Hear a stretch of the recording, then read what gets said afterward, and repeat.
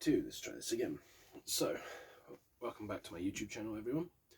Today we are gathered here for the 17th episode of the 2 EP review. I will apologise if you hear any faint music in the background. My sister is in the next room playing Black Veil Brides fairly loud. I've been trying to record this video for the last few hours, but my recording phone wasn't charging. I put it away, I'm pretty sure at like 50% battery, and it was at 0 today when I went to film, and my charger cable is bent up like that. I tripped over a few weeks back and caught my ankle in it and went flying. It had been working normally, but for some reason today it decided, yeah, if you want to charge your phone, it's going to take about 35 hours. So obviously that's not optimal at all. So we're currently charging as I'm recording. I've managed to get a little bit of charge up. Hopefully this will last and allow me to get through this video. So without further ado and no more delays, let's jump straight into it. So in today's episode of the 2 EP review, we are looking at the band Frail and their EP The White Witch, and the Hate Project with their EP May Death Come Quickly. So starting off with Frail, The White Witch. This EP is 4 songs and runs for 19 minutes and was released on the 1st of April in 2018. So, track 1, it's called Let the Darkness In, not Left the Darkness In. That won't make sense. So, this is about 4.5 minutes long, maybe a little bit over.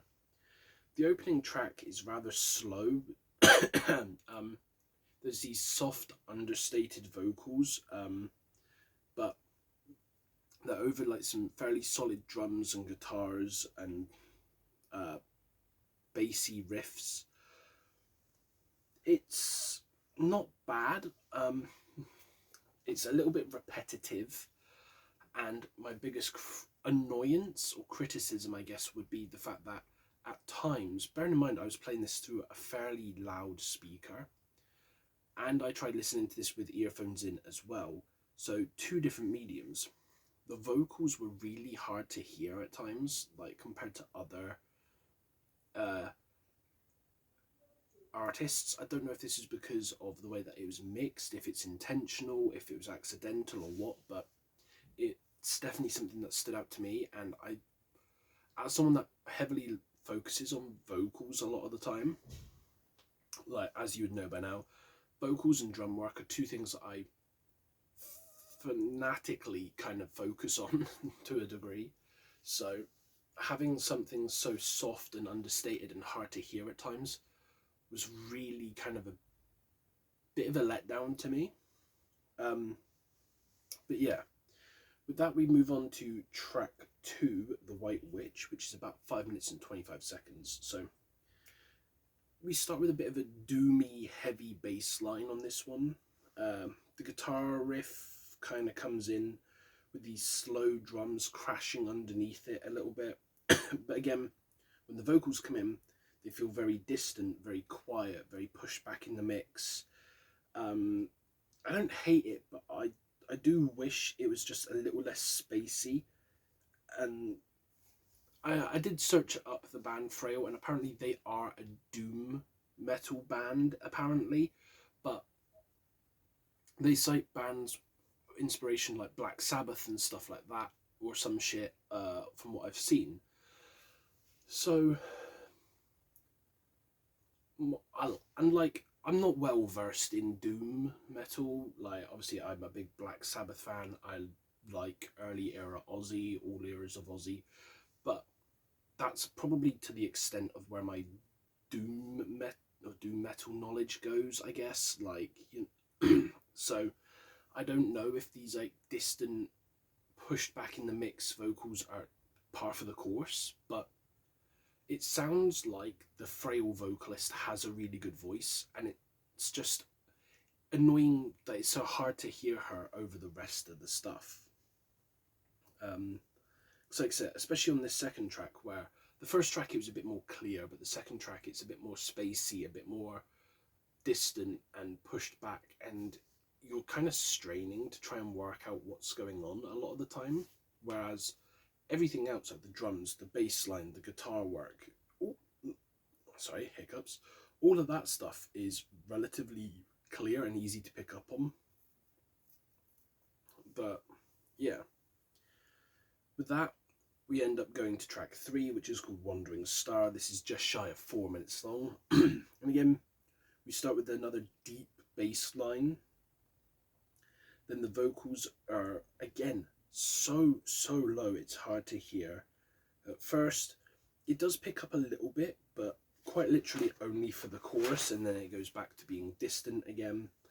And when it picks up for the chorus, and you can actually hear the vocalist a little bit better, she sounds good. I like what I'm hearing. But then again, it fades out and it's kind of hard to hear. And with this first experience, this is being my first introduction to Frail, I don't know if they're for me. I want to check out some of their newer stuff before I pass full judgment, just to see if the sound stays the same or if they've grown or evolved. But from this first EP back from 2018, which I believe might be the first thing they have listed, my Johnny Cash vinyls just moved without anyone being near them. That was weird.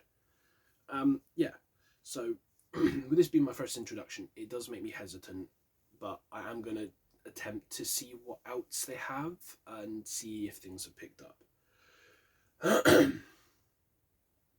With that, it takes us on to the final track of the EP, which is track 4, Things That Make Us Bleed. This is just over 5.5 minutes long, and this is what I've got the least written about.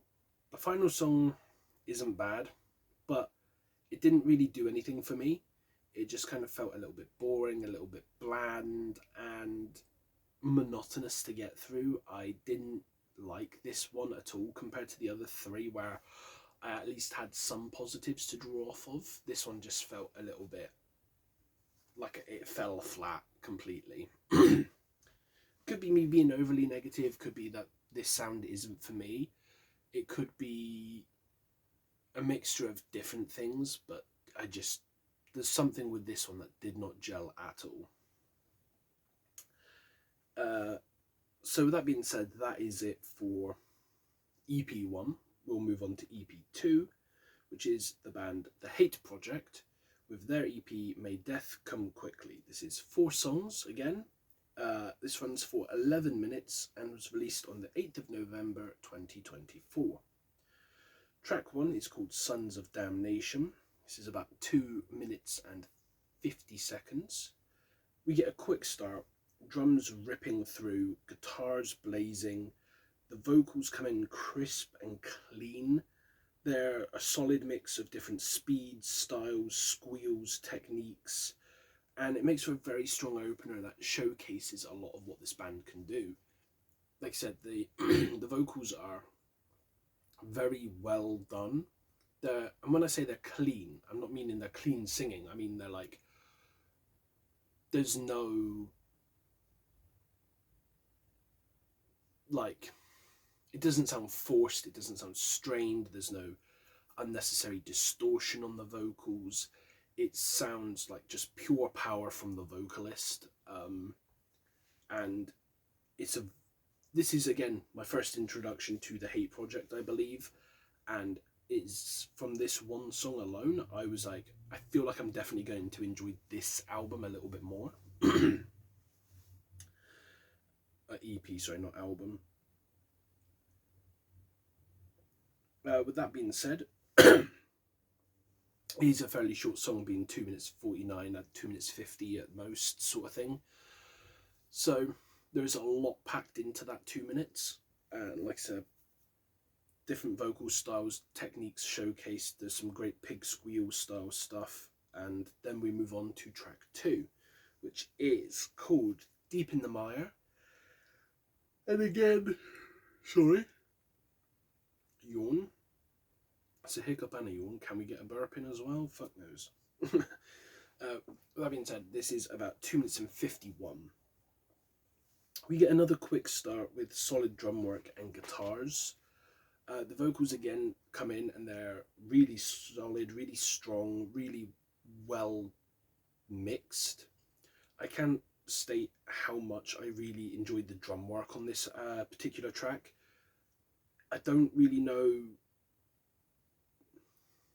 what it was about it that stood out, but there's just the drums just kept leaping out at me throughout the entire song. There's like little techniques, little blast beats, different rhythms, everything. It just kind of was like really standing out to me, and so far both songs off of this EP have impressed me. With that, we move on to track 3, The Diabolic Seer, which is just shy of 3 minutes long.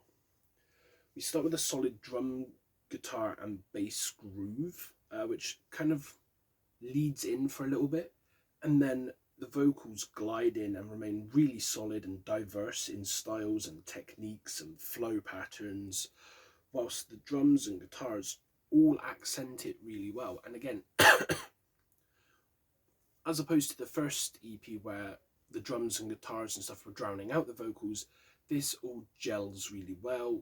The vocals kind of like glide over the musicians in the background, whereas the musicians are also complementing each other. They're working well in conjunction with the vocalist, and it's all one cohesive soundscape, whereas the other one I feel like it's just a little bit disjointed. And I'm more for that cohesive sound when it comes to music than the spacey, far out, almost weird vibe. I'm not sure how to describe it, but yeah, really enjoyed Diabolic Seer as well. This takes us on to track 4, which is called The Serpent's Grip. Again, this is another short one. It's 2 minutes 47. The final track again opens quickly.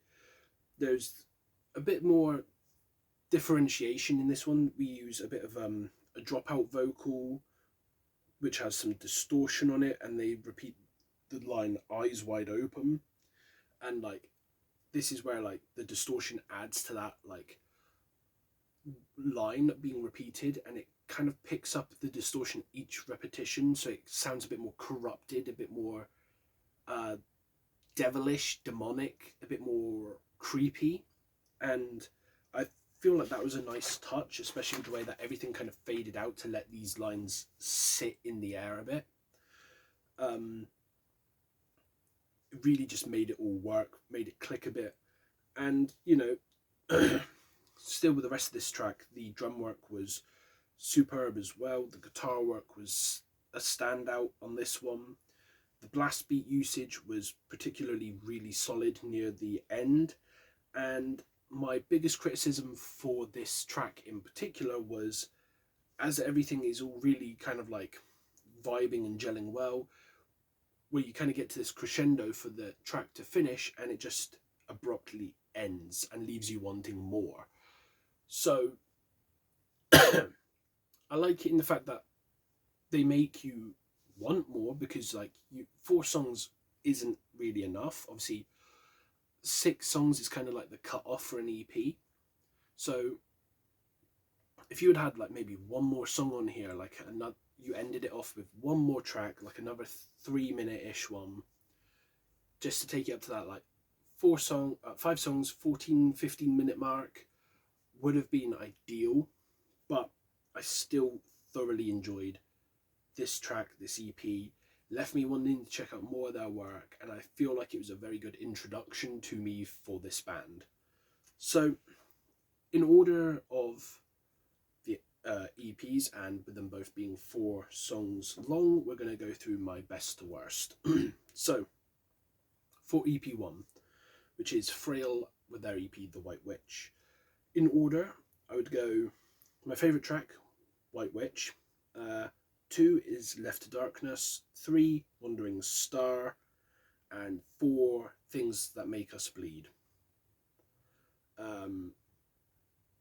Personally for me, it wasn't a good introduction point to the band. In my own time, maybe tonight, I am going to go and listen to another EP or another album and just see if their sound is any better progressing through the years, because obviously this was 2018 that this EP came out, so they're still around. They've recently released an album, so I might check their newest release out to see if the sound has evolved and go from there. Whereas EP2, The Hate Project with May Death Come Quickly, this was a little bit harder to choose my favourites and order them, because I enjoyed all 4 tracks. So we're going to go with Diabolic Seer at 1, Serpent's Grip at 2, Sons of Damnation at 3, and Deep in the Mire at 4. Now, just because Deep in the Mire is only at 4 does not mean I did not enjoy the song. I thoroughly enjoyed all 4 of these tracks, and I thought it was a very good showing from the band. And again, it left me wanting to work out what their other sounds like, if they have any albums, more EPs. I'm definitely looking into checking out more of this artist's stuff. So yeah, with that being said, the next video will be an album review of the artist Morrison and his album British Trap Royalty. As well, coming soon, we will have the end of year best ofs with the albums and the EPs. I am currently, my albums list is done. I'm currently adding honourable mentions, stuff that didn't make it into the top 5. The EPs I am struggling on. I have only got 3 of my 5 for that, and no honourable mentions, because it's not been that many EPs that I've listened to this year. Like, it's been a lot of albums that come out, especially towards the end of the year, but EPs is where we've kind of lacked heavily. So I'm going to have to be doing some more investigation on that. And I think as well, before the end of the year, we'll probably have a discussion piece on what mainstream artists could make good WWE themes in collaboration. This comes from a rumour that I'd heard a while ago, where once the current people that make their music is contract run out, they're going to be using more mainstream artists in collaboration similar to that of Motionless in White that they do currently, and a few other people, to make songs specifically for the wrestlers and usage. So that's at least 4 videos for the future, so you got those to look forward to. I'm going to try and get as much out before Christmas as I can, so I'm going to start batch writing, recording soon, and pre-filming and getting them all up. So got those to look forward to, and I will see you guys in the next video. Remember to stay safe out there, my friends. Goodbye.